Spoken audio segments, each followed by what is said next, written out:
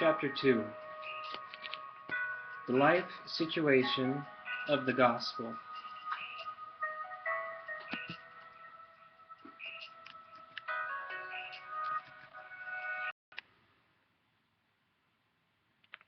What a text means should be differentiated from the questions of when, where, and under what circumstances it was caused.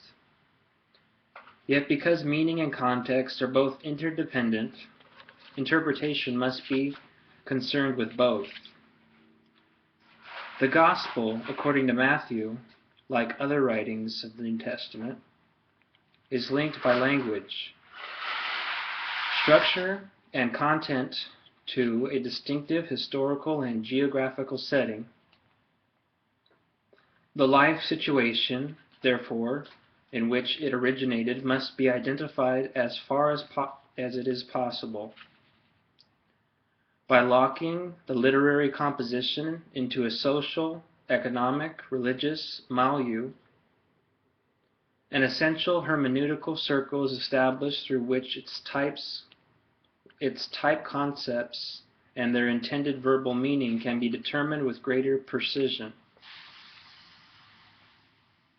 This, however, does not imply that an investigation of the Gospel's life situation precedes the literary critical analysis of the evangelist's utterance. Because of their interdependence, a separate treatment of them, in part or in whole, is illegitimate, if not impossible. A correlated interpretation is required from the outset, a continuous spinning through the hermeneutical circle that moves from the text up to the life situation and back to the text. As these complex hermeneutical procedures are undertaken and continued, the meaning expectations of the interpreter have a decisive bearing on the identification of the author's distinctive language game and its intrinsic genres in relation to a specific socioculture setting. Such meaning expectations may interfere with understanding because the interpreter's conception of what is being said is determined by previous experience of the subject matter or the lack of it altogether. The willed type of the author must be shared in order for the communication to take place. Education, as excellent and comprehensive as it may be, is always limited and limiting by the sociology of knowledge and its construction of reality in which the interpreter participates as a member of a particular social class with its own discrete ideological horizons. Therefore, the generic conceptions which all the interpreter brings to bear on the text may not correspond at all, or only inexactly, to the determinate meaning of the author. If, for example, Matthew's Gospel or a certain part of it is approached with the exception that the distinctive language game is rabbinic in character, the resulting understanding will be determined by it. An interpreter's preliminary generic conception of a text is constitutive of everything that he or she subsequently understands, and this remains the cause unless or until the generic conception is altered. Such an initial meaning exception must be tested in at least two ways. Firstly, it should be worked through the various hermeneutical circles in order to ascertain whether it can explain the gospel in all of its individual parts as an integrated unity. Secondly, other language games such as apocalypticism and Gnosticism, depending of course on the possibilities of time and place, must be tried out on the text and put through the same hermeneutical circles in order to discover whether there is a more appropriate language game that provides a more exact overarching type concept that embraces and controls the composition as a whole. However, even the correct identification of a particular language game may not necessarily lead to an immediate shareability of the generic conceptions that are conveyed by the text. Room must also be left for the originality of the author. Matthew's intrinsic genres, as will become evident, are not merely derived from a specific language game, but are creative innovations designed to unsettle, not to endorse, to foster disruption and iconoclasm, not continually.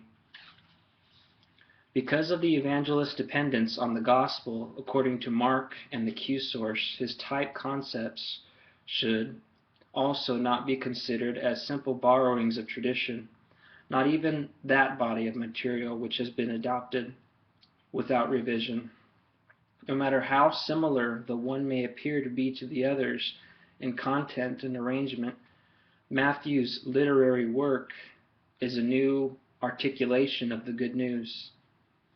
Tradition cannot simply be transferred from one cultural milieu to another. Translation is required. Some kind of adjustment must be made to the language game of the new socio-culture environment. Corresponding genre conceptions must be substituted and, whenever necessary, modified according to the purpose of the author. The Markan Gospel, on the other hand, appears to have originated in the rural countryside.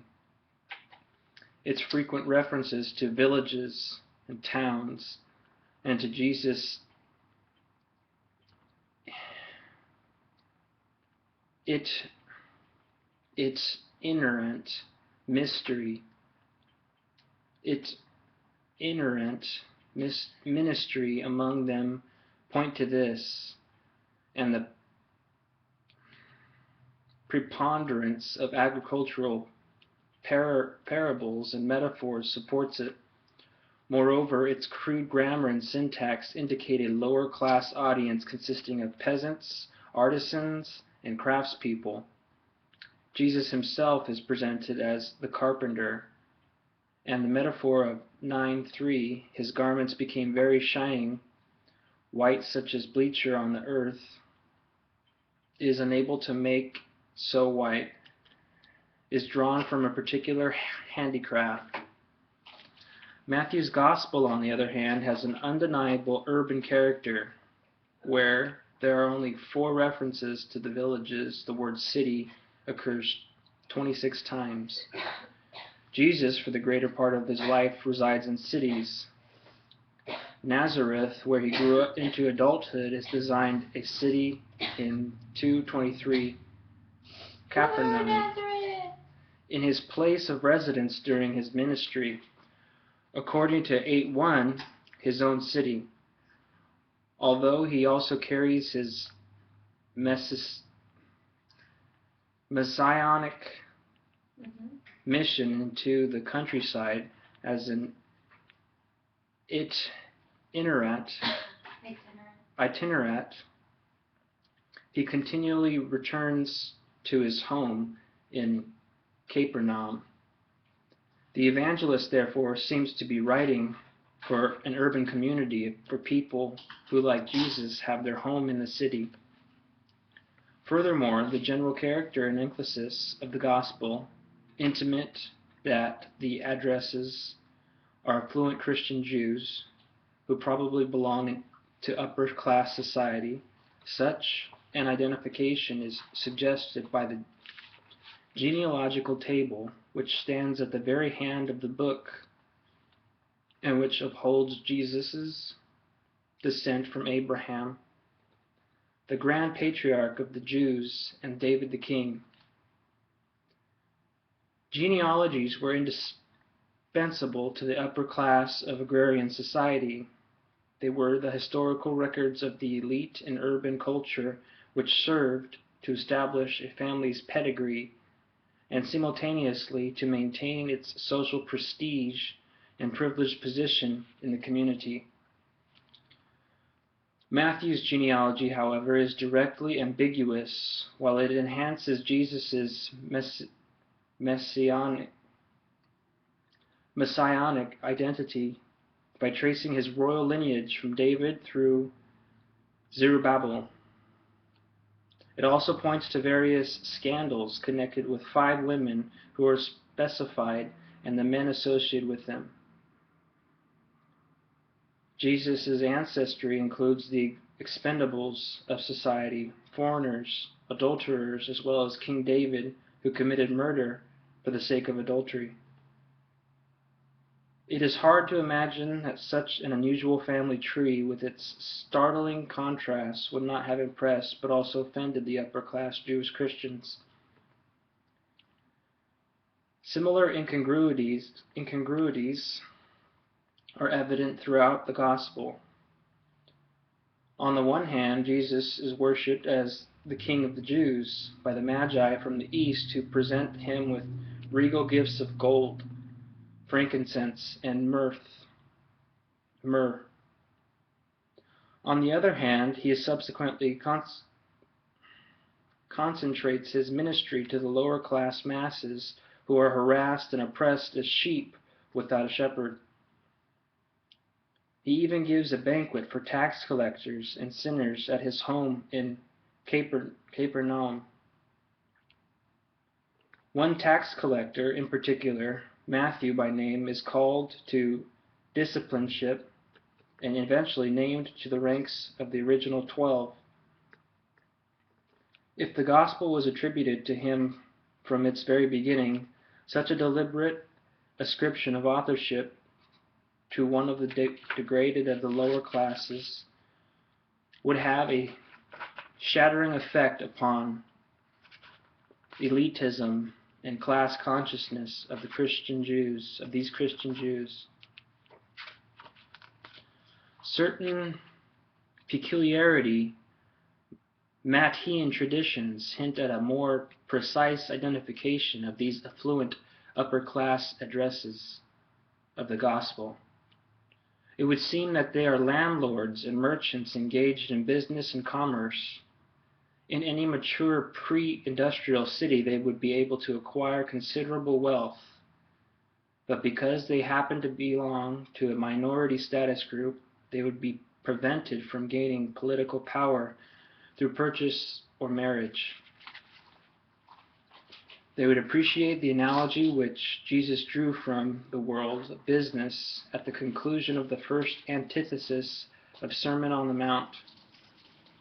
Be on your best terms with your adversary, your creditor, while you are on the way with him to the local court where you must appear for failure to make a repayment on a loan at the agreed time, so that your adversary does not hand you over to the judge, and the judge to the jailer, and he throws you into prison. Truly I say to you, you will not get away until you have paid the last penny. But they would be startled by the radical examples which he attached to the fifth antithesis in order to illustrate different ways of terminating a vicious cycle of evil. Particularly the suggestion of giving creditors one's outer robe after he had already appropriated one's underwear. Jesus' exhortation in 539 suggests that, like most urban people in business, they are hesitant to extend credit to simply anyone, especially people of the lower class. A risky venture in any city. Give to the one who asks you, and do not turn away from the one who would borrow money from you. The command of 6:19. Do not store up for yourselves treasures on earth, where moth and rust destroy and thieves break in and steal. Is relevant only to those who enjoy affluence. Merchants would be captivated by the analogy of the wholesale dealer who trades in beautiful pearls. On the other hand, those among Matthew's addresses who are landowners engaged in agriculture would be dismayed at the business logic of the landlord who owns a vineyard and insists on paying all his day laborers the same wage, regardless of how long they have worked in the fields. 21:16. Yet because they would justify the Lord who ostracized the servant unwilling to take even a minimal business risk in order to increase the capital of his absent master, the eschatological parable of 25:14-30 would serve as an especially effective warning to them. Finally, the concluding story of 25:31-46 seems to be intended for those who have resources to help the least of these, my fellow human beings, the poor and wretched of the lower class, by feeding the hungry, clothing the naked, rendering services to the imprisoned, and opening their homes to strangers. As people who enjoy wealth because of their land holdings and business interests, Matthew's addresses also appear to have the advantage of advanced schooling, another privilege of upper-class status.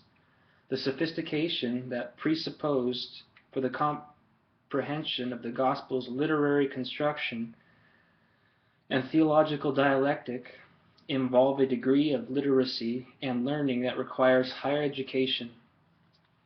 Besides beginning his Gospel with a genealogy that is ingeniously constructed according to the numerical patterns, one that is explicit, 1:17, and one that is implicit, the evangelist has put together a literary framework that is essentially ambiguous. The teaching of Jesus has obviously been arranged to 5 great discourses which have been incorporated into the narrative at certain points with great skill. Each is terminated by a transitional formula that also leads back into the narrative. The transition which ends the final discourse, 26:1, includes the added word, all which signals the end of Jesus' teachings. A certain symmetry is evident in the selection and arrangement of the material. The setting of the 5th and last discourse, at least in its second half, is like the first, the Sermon on the Mount. Both occur on a specific mountain. Jesus' eschatological teaching is located appropriately on the Mount of Olives, a site that, according to Zech 14:4, has an apocalyptic character. His ethical teaching is presented on a definite but unnamed mountain in Galilee, which in the Gospel is an axis mundi, a navel of earth from which a new creation originates. The conclusion of the final discourse, the story of 25:31-46, looks back to the Sermon on the Mount, where the criteria of the human being's judgments were originally set forth. The second discourse, which presents instructions for the mission outreach of Jesus' disciples, contrasts with the guidelines of the fourth that are offered for the communal life and relationship of the mission-oriented with the church. 7 parables compose the third discourse, which stands in the middle of the gospel, looking back as well as forward to the success and failure of Jesus' ministry. The function of the number 5 and its relation to the framework of the gospel has been disputed. B.W. Bacon's reconstruction of Pentateuch-like design, constituting 5 books, consisting of narrative and discourse, introduced by preamble, chapters 1 and 2, and concluded with a lengthy epilogue, chapters 26 and 8 through 8, has gained only limited acceptance. On the basis of a literary critical examination of the proposed 5-fold structure, W.D. Davies judges Taken in isolation on its literary merits, the Pentateuchal approach to Matthew must remain questionable. Davies uncovers the substance of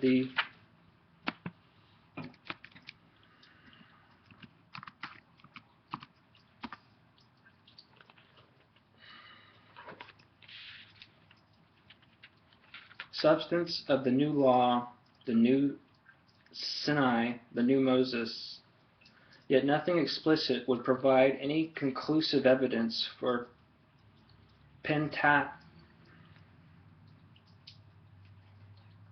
Pentateuchal framework.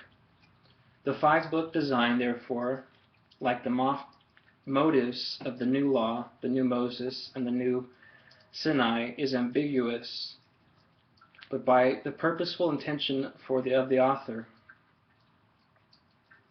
For the literary framework of the gospel is determined by his theology. The tension between the old and new, the past and the present, continuity and discontinuity, is expressed in and by the literary structure. The Pentateuchal,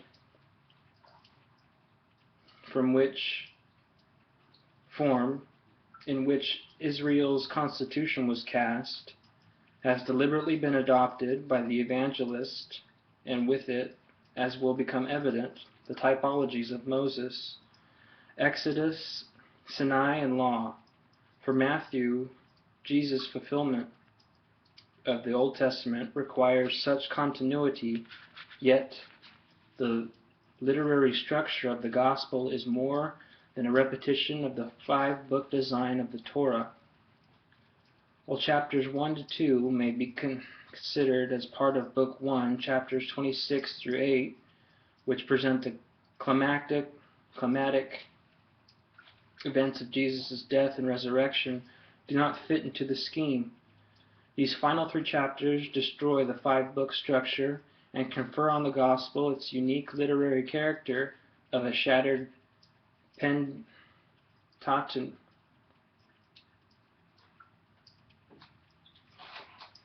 Pentateuch.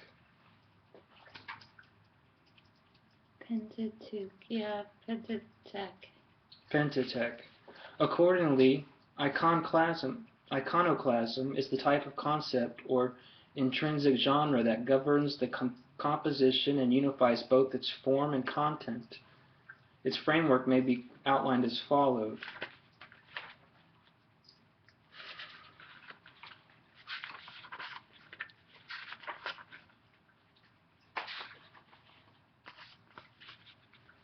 Book 1, Origin and Beginnings, the Sermon on the Mount. Book 2, The Character of Jesus' Ministry, a Manual of Mission Conduct. Book 3, Controversy, Analogies of God's Rule. Book 4, Preparing and Training the Disciplines for the Future, on Community Conduct and Discipline. Book 5, Return to Judea and Rejection of Jerusalem, a polemic against the scribes and Pharisees, on eschatology, Consummation 26:2, 28:20, Jesus' death and resurrection. Geographically, the life situation of his iconoclastic literary composition is best located in Syria rather than any other area in the Roman Empire. The peculiarity Matheton reference in 424 that Jesus' fame swept into the whole of Syria, and that distinctive reference of the Syrian coin, the starter, in 1728 point to that province, Although any large city in Syria might qualify as the exact place of origin, its capital, Antioch, has often been proposed, seems to be the most logical possibility. The evidence is piecemeal but persuasive. Antioch was one of the 3 largest cities of the empire. Because of its strategic location at the crossroads of a major caravan routes from the east and from the south, it was a hub of business and commerce. Because of its position as the capital of an imperial province on the eastern frontier, it was a center of diplomatic activity and military staging. Herod the Great paid frequent visits to the city. With his munificent gifts of public buildings, affirmed its stature and reputation. When the etharchy of Judea was taken from his son Archelaus and added to the imperial province of Syria in AD 6, the mint of Antioch, which produced the coinage for this part of the empire, celebrated the city's new position as the capital of the enlarged province by issuing coins bearing the older title of metropolis. Jesus' remarkable story, 18:23-35, of a king who wished to settle accounts with his servants and who found one who owed the myriads of talents, a sum equivalent to millions of dollars, would most likely occur in a great urban center like Antioch. The servant with such a fantastic debt would be a governor or a legate who was responsible for collecting revenue in a royal or imperial province that belonged to the king's administration. The citizenry of Antioch would relish Jesus' story, delighting in its exaggeration and responding with exasperation at the injustice of the forgiven governor who had one of his revenue collectors thrown into prison for mere sum of 100 denarii.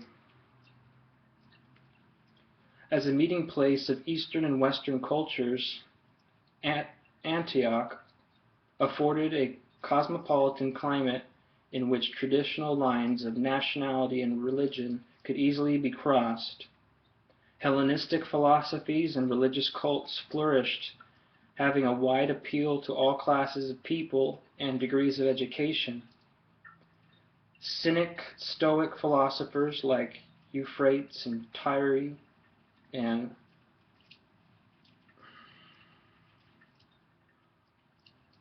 Artemidorus preached and taught in Antioch. And according to Philostratus, an earthquake accompanied the visit of the great sage and worker of the Apollonius of Tynia, 638. A city where Stoic vocabulary could penetrate the language of educated people would explain the unusual appearance of the Stoic technical term palagenesia. In the teaching of Jesus in 1928, one of only 2 occurrences of the word in the New Testament. Jews had been residents of the city in accorded civic privileges from the time of Seleucus, the first Nicator, and Antiochus Epiphanes. Organized under the Romans as a separate commonwealth which guaranteed rights and religious freedom, they flourished and increased in numbers to the extent that, according to C.H. Kraeling's estimate, 45,000 of them may have lived in Antioch during Nero's reign. Josephus testifies the Jewish race is particularly numerous in Syria, where intermingling is due to the proximity of the two countries.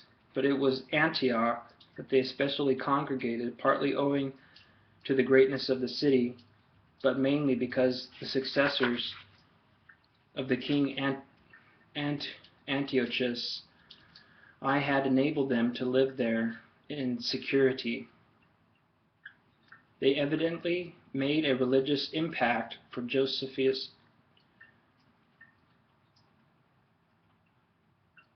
Josephus subsequently adds, in Antioch, multitudes of Greeks were attracted to the religious ceremonies of the Jews, and some even attached themselves to them. Two historical references indicate that both the Jews and the Jewish Christians of Antioch enjoyed prosperity and wealth, according to Josephus.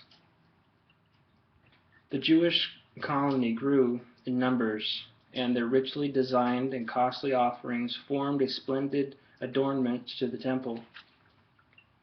And Acts 11:27-30 relates that the Christian community of Antioch sent relief to the brothers who lived in Judea during a widespread famine in the east that occurred in the early reign of Claudius.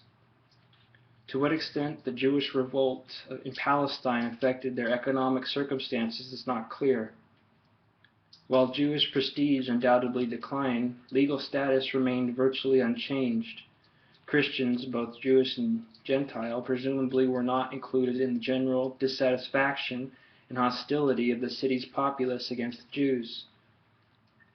For since these disciples were first called Christians at Antioch, perhaps in order to enable the Roman authorities to identify the sect and differentiate it from Judaism, discrimination must have grown through the intervening years to the point where the two communities could be and indeed were distinguished. Such a clear-cut distinction is supported by Matthew's consistent use of the phrase, their synagogues. Although Christian Jews, at least some of them, had not disassociated themselves from their fellow Jews, they were nevertheless differentiating themselves as well as being differentiated by others. The wide differences in religious and social backgrounds must have precluded any uniformity among the Christians of Antioch, while some preferred an emancipated Gentile type of Christianity, which was oriented towards Hellenistic culture and its various forms of pagan thought and belief, even to the degree of renouncing everything Jewish. Others struggled to maintain their bond with Judaism and their mission to the Jewish community which Jesus had instituted. Yet among themselves, they must have been divided on the vexing issues of the interpretation of the Torah and the observance of tradition, as Peter and Paul had been in the same city many years earlier. Moreover, their relationship to the synagogue was complicated by the establishment of rabbinic Judaism in Antioch. For as the Jews became more alienated and isolated from their co-residents of the city, they probably turned to kindred groups in Palestine who, like them, were struggling in the face of great adversity to preserve their Jewish identity. Such contact would expose them to the new orthodoxy that was being consolidated by the vigorous leadership and control of the rabbis of Yavneh, who were demanding a submission and acquiescence to the heritage of scribes and Pharisees in order to resolve the religious and political crisis of Judaism that had been produced by the destruction of the Jerusalem temple. Their insistence on uniformity seems to have been so strong that opposition or resistance was met with persecution and, as a last resort, expulsion. For Christian Jews, the connection between their ethnic identity and their Christian discipleship was at stake. On the one hand, subordination and conformity would mean that renunciation of Jesus as the Messiah, but simultaneously the preservation of their ethnic identity, and therefore a continued participation in the history of Israel. Allegiance to Jesus, the Messiah, on the other hand, would result in immediate reprisals, but eventually in excommunication from the synagogue, and consequently the loss of the religious roots and radical ties. Matthew's Gospel mirrors such a dilemma among its addresses. Indeed, the severity of the situation is conveyed by the stark formulation of the Q tradition in 10:34:6. Do not think I came to cast peace on earth. I came not to cast peace but a sword. For I came to divide a man against his father, and his daughter against his mother, and a bride against her mother-in-law. And a human being's enemies will be his or her household. Even though the fundamental purpose of Jesus' messiahship was unification, separation was a calculated concomitant. Those who follow him in ministry and mission will become involved in painful family and community cleavage. Reprisal and rejection are to be expected. Those who cannot bear it and prefer to cling to blood and racial ties are unworthy of the Messiah. The only valid kind of discipleship consists of radical commitment to the singleness of devotion. The redaction of 5:12 indicates that Matthew's Christian Jews are being persecuted by their own people, so they persecuted the prophets before you. According to 23:24, the instigators are the scribes and the Pharisees who have assumed the religious leadership of the Jewish community. They have been pursuing Jewish Christian prophets and scribes from city to city, as well as flogging those who preserve the ministry and mission to the synagogue. Throughout his ministry, as Matthew emphasizes, Jesus had stressed his Jewish identity and defined his messiahship in terms of an ardent nationalism that verged on racism, 15:26. He had limited his mission, 15:24, and that of his disciples, 10:5-6, to the Jewish masses, those lost sheep of the house of Israel. If he had dealings with outsiders and foreigners such as Gentiles, 8:5-13, and Canaanites, 15:21-8, it was begrudgingly and in response to a faith that refused to capitulate to his nationalism. Moreover, as 23:2-3 shows, he had acknowledged that the scribes and the Pharisees sit on Moses' chair and even command his disciples and the Jewish masses to do observe all things, whatever they say. That privileged position of authority, however, was subsequently cancelled by their involvement in Jesus' death.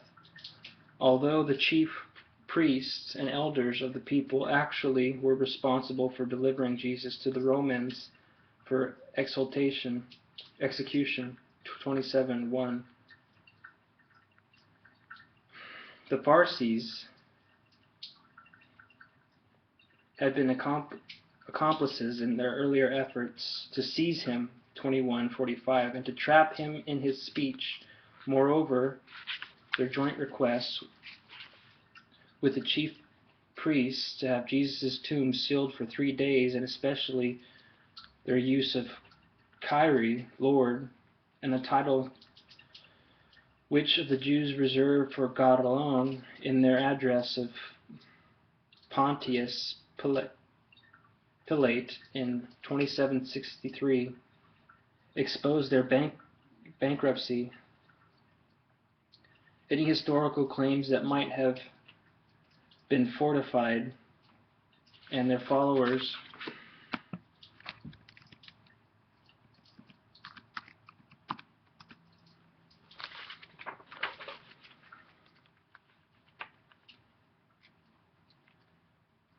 of Jesus are no longer subject to their authority. The continuity of true Israel and the heritage of Old Testament is now upheld by those who identify themselves with the crucified and resurrected Jesus.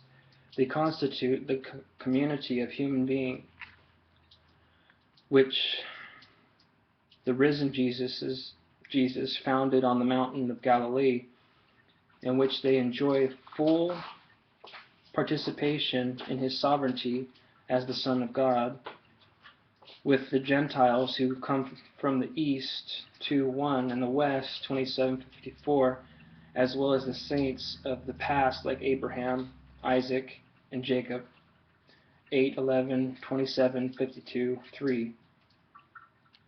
They are united in a new relationship which transcends not only all racial and national boundaries, but death itself. It is to establish this self-understanding among these Christian Jews that the evangelist duplicates the 5 books from the Pentateuch and then promptly smashes it. History is full of discontinuities which reveal the purpose and activity of God. The women in the opening genealogy are distinctive examples of irregularity, and Mary, the mother of Jesus, is foremost of them. For in contrast to the beginnings of creation recorded in Genesis, where the woman was taken from the man, she gives birth to a new human being who inaugurates a new humankind. Initially, Jesus, as her offspring, has no link to the past. He does not belong to the history of Israel, but is incorporated into Joseph's obedient act of adoption. He is therefore simultaneously the sovereign human being anticipated in the future and the Messiah of Israel awaited from the past. He is enthroned as Lord, and yet only coming to enthronement 2664, his life embodies the tension between the old and the new, between the past and the future, between continuity and discontinuity. And although this tension is more momentarily dissolved by his death, it is reconstituted almost immediately after his resurrection, when he is, as the defied human being of the future, joins his 11 disciples to form a new Israel and to confer on them his own singular identity as they leave the cosmic mountain of Galilee and proceed into the world story of the gospel. Will repeat itself, although in new and unprecedented ways. In this respect, the end of the gospel marks a return to the beginning. Matthew has produced a book that is essentially a charter document, and through it, the church of affluent, upper-class Christian Jews, to which it is addressed to discover its own origin, its own identity and ministry, its own suffering, death, and resurrection. What Jesus was in his own time and place and past now becomes applicable to them as they live their lives in and out of the same dialectical tension. But because of iconoclasm, a smashing of images is at the very center of the gospel, there can never be a simple continuity of repetition or imitation. Matthew's book of Origin clarifies the relationship between Jesus and the history of Israel, and simultaneously between Jesus and contemporaneous Judaism. As the son of the human being and the son of David, Jesus is a figure of the past whose messiahship was conducted in a specific time and place, but finally vitiated by his death. Through the new Israel, which he had reconstituted by his resurrection from the dead, he continues his work, but those who belong to the new community are to take their own history seriously, to exercise a messiahship in relation to their own distinctive socio-cultural environment. They are to take responsibility for their lives, their decisions, their relations to the institutions under which they live. No authority or government of any kind can be allowed to claim absolute control over their lives. 17:24-7.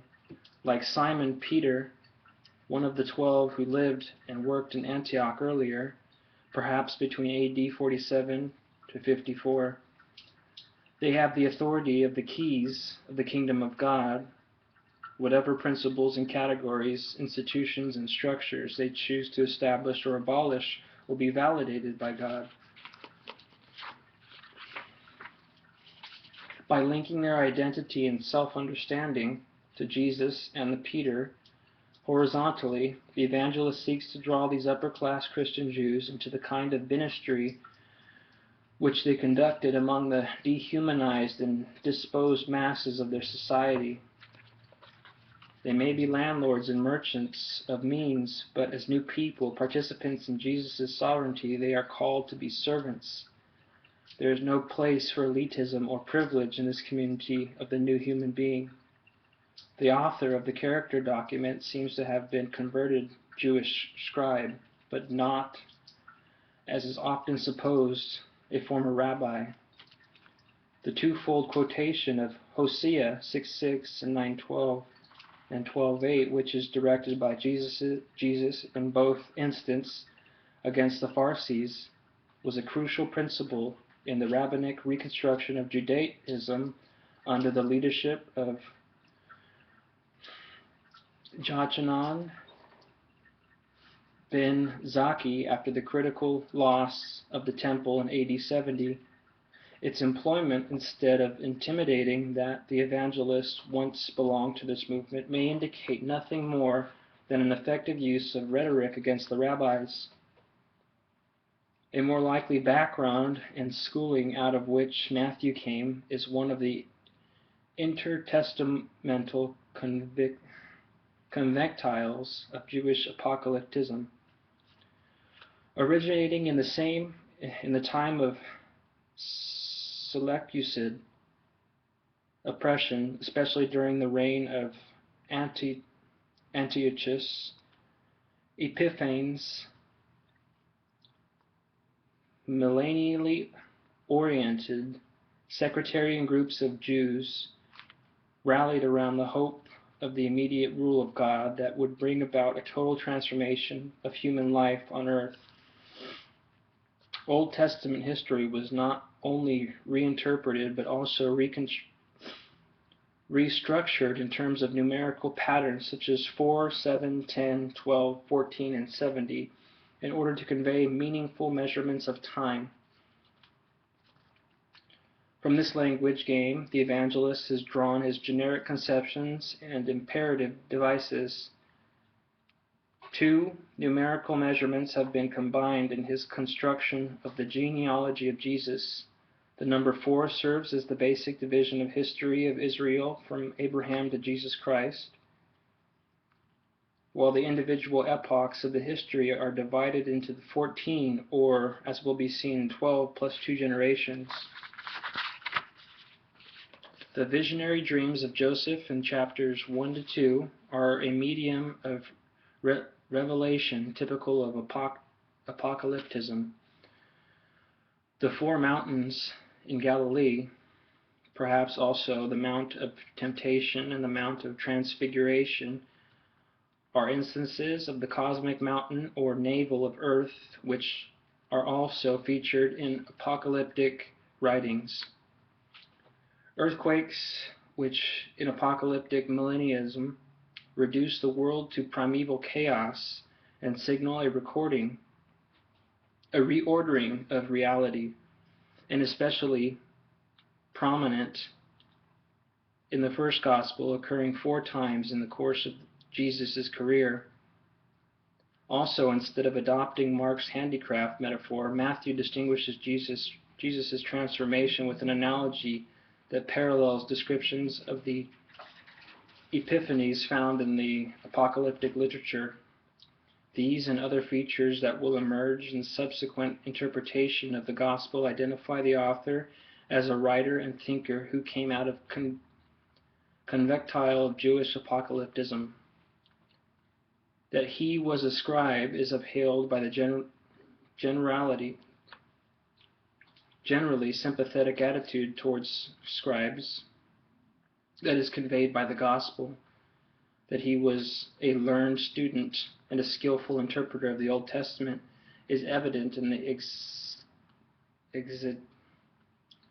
exegetical ability that he displays in his unique fulfillment quotations.